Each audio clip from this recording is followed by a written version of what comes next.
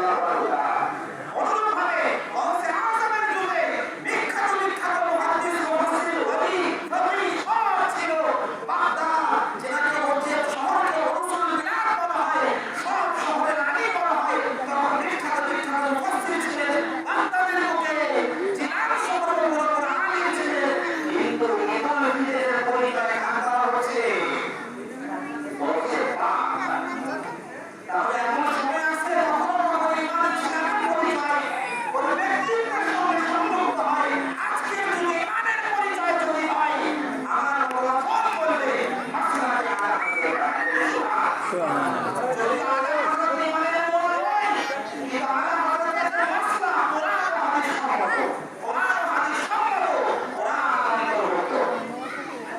আজকের যুগে ইমানের পরিচয় যদি হয়, সুন্নিয়তের পরিচয় যদি হয়, এরকম বলেছে মাসলাকে আলা রাদিয়াল্লাহু তাআলা। যাই হোক, বিষয় হলো গৌসে পাক রাদিয়াল্লাহু তাআলা আনহু বলেছেন মানুষেরও যে গৌস পাক যদি কিছু খায়, দুধ পান করে, তা আছে ঈদুল ফিতর। আর যদি দুধ পান না করে, তাহলে আছে ঈদুল ফিতর নয়, আমরা সকলে রোজা রাখবো। এবার ওনার জীবন সম্পর্কে যে বিষয়গুলো আপনাদের অবহিত করা একান্তই জরুরি। হুজুর গৌসে পাক রাদিয়াল্লাহু তাআলা আনহু বয়স একেবারে অল্প। প্রথম যখন উনি মাদ্রাসায় পড়তে যান, গৌসে পাক রাদিয়াল্লাহু তাআলা আনহু বলেন, হুজুর আমার আম্মা জনাবে সাইয়্যিদা ফাতেমা, হযরত গৌসে পাকের মায়ের নামও ফাতেমা, হযরত ফাতেমা, আমার আম্মা, আমি যখন এনার গর্ভে ছিলাম, আমার আম্মা ওই পবিত্র কোরআন পাঠ করতেন। কোরআন পাঠ করতেন, আর আমি ওই কোরআনকে শুনে শুনে মুখস্থ করে নিতাম। আজকের যুগের মা বোনেরা, বোন ভগিনা, যাদের পর্যন্ত মায়ের আওয়াজ আছে, শিক্ষা দেওয়া দরকার। যারা কোনো বাচ্চা আমাদের শিশু যদি ক্রন্দন করে, তাহলে আমরা মোবাইলে গান লাগিয়ে তার কানে দিই, হ্যাঁ বাবু চুপ করো, চুপ করো। বলি না, অনেকে গান লাগিয়ে দিই, গান লাগিয়ে দিই। আর বাচ্চাকে চুপ করানোর জন্য আমরা মোবাইল ব্যবহার করি। এই ক্রন্দন করতে পারলেও মোবাইল এখন আগে থেকে শিক্ষা না, এটা জাহান্নামের অংশ, জাহান্নামের অংশ না। এই যে এটা জাহান্নামের অংশ বলছি না, কিন্তু মানুষ বলে দিচ্ছে তো এই মোবাইলে আমাদের কতগুলো মিলে গেছে জানেন? না হলে 200 বই আছে মোবাইলের মধ্যে। এখন একটি বই নিয়ে আমরা আলোচনা করছি, তাহলে একটা বই, ওই বই নিয়ে আলোচনা করছেন। তো মোবাইলেই মানুষ ভালো কাজেও ব্যবহার করে, খারাপ কাজেও। আজকে আমাদের মহিলারা, আমাদের মা বোনেরা অনেকেই কি করে, বাচ্চা ক্রন্দন করছে, মোবাইল লাগিয়ে দিই। ঘরে আমাদের মায়ের কাছে শিক্ষা নেই। পবিত্র কোরআন পাঠ করুন, গজল পাঠ করুন, নাচ ছবি পাঠ করুন, নিজের শিশুকে চুপ করান। তাহলে আপনার ওই শিশু বড় হওয়ার পরে বিবাহের পর আপনাকে ঘর থেকে বের করবে না, বরং আপনাকে মাথায় তুলে রাখবে, আপনার যথেষ্ট বড় সম্মান প্রদর্শন করবে। তারপরে আপনি আগে থেকে তাকে ভদ্র করছেন, আগে থেকে যদি শিশুবেলায় যদি অভদ্র করে দিন, তাহলে আপনার সঙ্গে ভদ্রতা প্রকাশ করবে না অভদ্র হয়ে যাবে। বুঝতে পেরেছেন? গৌসে আযম রাদিয়াল্লাহু আনহু যখন মাদ্রাসায় যেতেন পড়তে, ওনার লেখা বই রয়েছে। গৌসে আযম রাদিয়াল্লাহু আনহু যখন মাদ্রাসায় পড়তে যেতেন, আল্লাহ ফারিস্তা মণ্ডলীদেরকে তিনার সংরক্ষক হিসেবে পাঠিয়ে দিতেন। সুবহানাল্লাহ বলুন। একবার সুবহানাল্লাহ বলে লিখতে হবে কি না? অবশ্যই মানে বলবো তো বলবেন নাকি? গৌসে আযম যখন মাদ্রাসায় পড়তে যেতেন, সুবহানাল্লাহ, তিনার সংরক্ষণের জন্য ফারিস্তা মণ্ডলীকে পাঠিয়ে দিতেন। মাদ্রাসায় বসতে যাচ্ছেন, যেতেন, উনি নিজে বলছেন, গায়েব আওয়াজ, আসমান থেকে আওয়াজ আসতো, হে ছাত্ররা, সরে যাও, আল্লাহর ওলিকে বসতে দাও। সুবহানাল্লাহ। ছাত্ররা, আল্লাহর ওলিকে বসতে দাও, আল্লাহর ওলি পড়তেছে। গায়েব আওয়াজে এত ছাত্র ওখানে বসে থাকতো, সকলে আওয়াজখানা শুনতে পেত, এই আওয়াজ এইভাবে আসতো, হে ছাত্ররা, বড় করে আব্দুল কাদের অর্থাৎ আল্লাহর ওলি এসেছে, বসতে দাও। জায়গা করো, তোমাদের ওলি এসেছে। এই হচ্ছে গৌসে পাক। জিন্দাবাদ।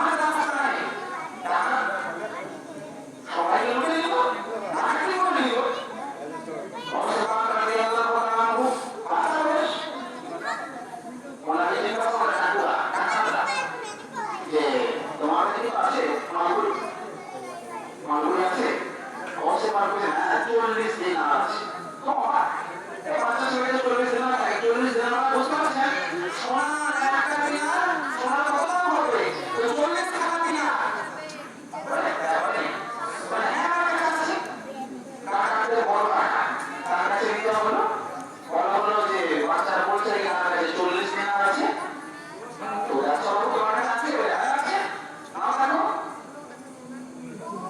বলে দেখি আল্লাহ টাকা পেলে আচ্ছা বাবু তুমি যদি মিথ্যা বলতে পারতে মিথ্যা বললে তুমি বেঁচে যাবে তোমার সম্পর্ক হানি হতো না সম্পর্ক তোমার থাকতো টাকা পয়সা তুমি হতো অবশ্যই পাঠ করলেন আমার আম্মা বলেছেন কখনো মিথ্যা বলো না সুবহানাল্লাহ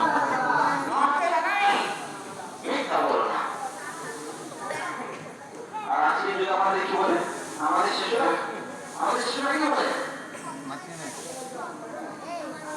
মানে এটা কত সময় হয়ে গেছে মানে বলাটা কখন ছিল বলে দিতে হয়ে গেছে মিথ্যা বলা তো অবশ্যই আর কি বলে না আম্মা বলেছে কখনো মিথ্যা বলো না ডাক্তার বাবা বাচ্চা একজন ছেলে আর তিনি সত্য কথা বলেছেন উনি মিথ্যা বলে হয়তো ডাক্তার বলেছে মিথ্যা কথা বলে তো সব টাকা আল্লাহ আকবার পবিত্র কোরআনে আল্লাহ তাকে হিদায়াত করে তাকে তো বিমুখ করাতে পারে সরল পথ যদি আল্লাহ দেখায় তাকে পথে নিয়ে যাওয়াতে পারে না টাকার বলে হে বাবু তুমি যদি মিথ্যা বলতে তোমার পয়সা বেঁচে যেত এই কথা শোনার পরে ডাকাতদের মনের মধ্যে আল্লাহু আকবার আল্লাহর তরফ থেকে ঈমানি আলো এলো গৌসে পাককে বলে এ গাছ আমাদের মুরিদ করে নাও সুবহানাল্লাহ বাচ্চা উসরে করতে যাচ্ছে গৌসে পাক